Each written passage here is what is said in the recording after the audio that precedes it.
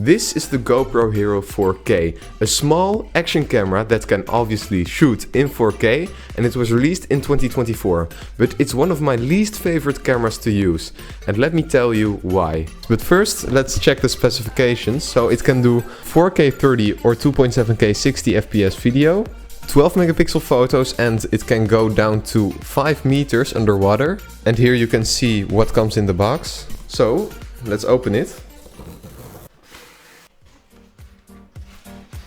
And after the papers we have the camera itself with the charging cable, and it is so small. It's actually really cool how small this camera is. There's some paper around it. And what's also interesting is here you can see it has the GoPro mounting fingers, but it doesn't have the 1/4 inch thread that the other GoPros have. This was released at the same time as the Hero 13, but this doesn't have the quick release mount that the 13 has. And then last up we have these two mounts and the GoPro screw. But first let's start with the good things of this camera, because it isn't a complete terrible camera.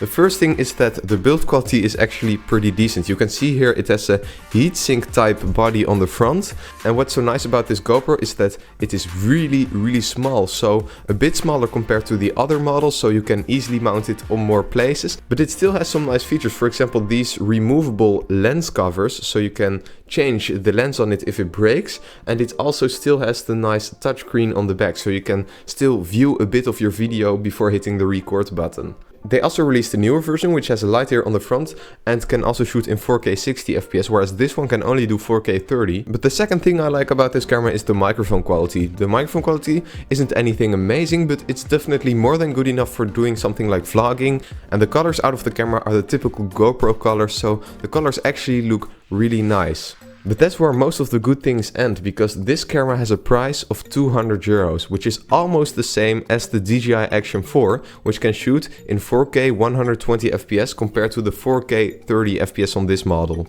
But resolutions obviously don't say everything, and maybe if the quality on this one is really good, then that will be fine. But sadly it has a major downside that is so annoying. And that is that it has no built-in stabilization. But wait, on the box it says it does have stabilization, but yeah, that is only when you use it with the app. So when I remove the SD card on the camera and then I put the footage onto my PC, you can see that the video is just really shaky. And the shots really have that 2014 old GoPro style look to them, because it is really unstable.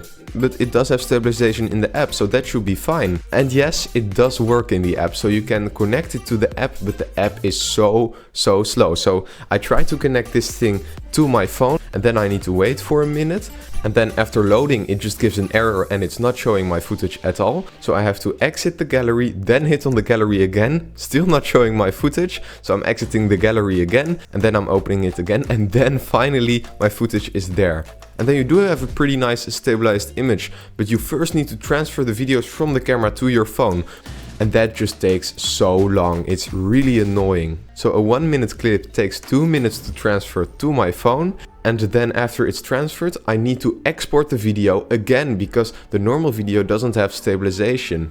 So then I finally have the footage that is stabilized, but then it's not on my PC. So then I have to connect my phone to the PC and then transfer the footage from my phone to my computer.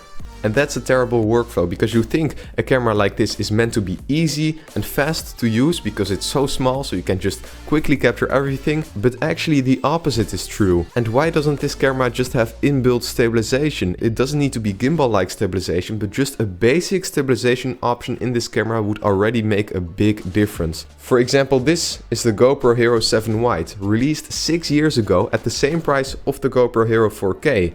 And while this camera can't shoot in 4K, it does have built-in stabilization and a larger sensor. So I can just hit record, and the stabilization on this thing isn't like a gimbal. It's pretty smooth, but nothing crazy smooth. But then at least it saves me a lot of time. And even this 8-year-old GoPro Hero 5 Black that was released in 2016 has built-in stabilization, and it has much more options than this camera has. So here's a quick video comparison between the GoPro Hero 4K and the GoPro Hero 5. Both are on 1080p 25 FPS. The GoPro Hero 5 has the stabilization turned on, and the 2024 model doesn't have any stabilization. unless you throw it into the video editing app, but that takes a lot of time. And what I can already see is that the dynamic range on the Hero 4K will be a bit better, so things might not be as overexposed.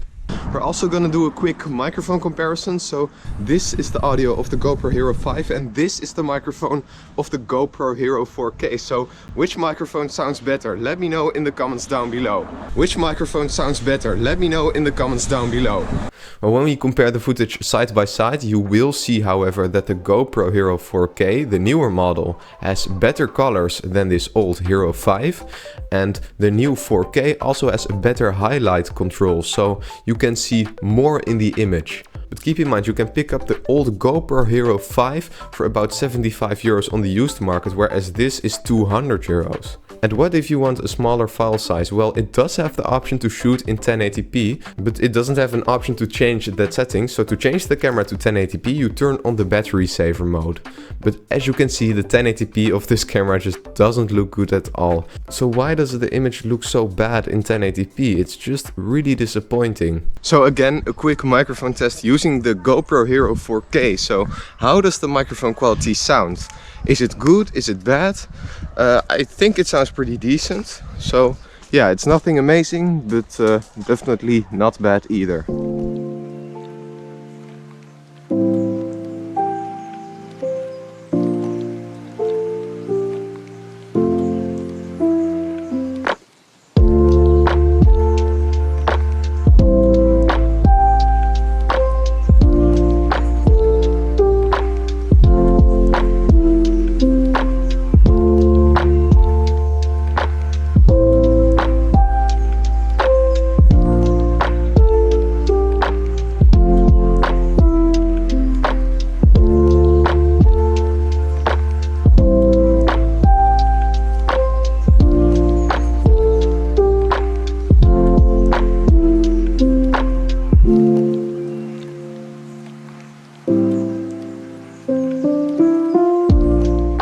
It also has a built-in battery, and keep in mind the battery life of this camera is just not that good at all. You can record for about an hour and then it will be empty. So how will that hold up in a few years? Then the battery probably won't be that good. And again, for a little bit more money you can pick up the DJI Action 4, which does have built-in stabilization, can shoot in 4K 120 FPS, has a much larger sensor, and having the image stabilized in camera is just a really nice option compared to this. So would I recommend the GoPro Hero 4K? Well, obviously no. I mean, if you have this isn't a terrible camera. You can still get some good images out of it. But it's just weird to see how bad this camera actually is for the price. If this camera was only 120 euros, it would have been fine. But at this price you can expect a lot more, so at least it should have built-in stabilization. Again, this is not a terrible camera, and if you don't mind having no stabilization at all, then yeah, it's fine. Keep in mind it has a lot of limitations, so no slow motion in 4K and there's no 120 FPS option. The controls are very limited on this camera and the video quality is just fine, it's nothing amazing, and that's also with the low light, so there's no good reason why you should get this camera. You probably should spend a bit more, get the DJI Action 4, and if you really want to have a GoPro, then you might as well get a used GoPro Hero 8 or 9, 10, 11 or 12, because those are so much better compared to this camera. So what do you think of this camera? Let me know in the comments down below, and thank you so much for watching Shot Fusion.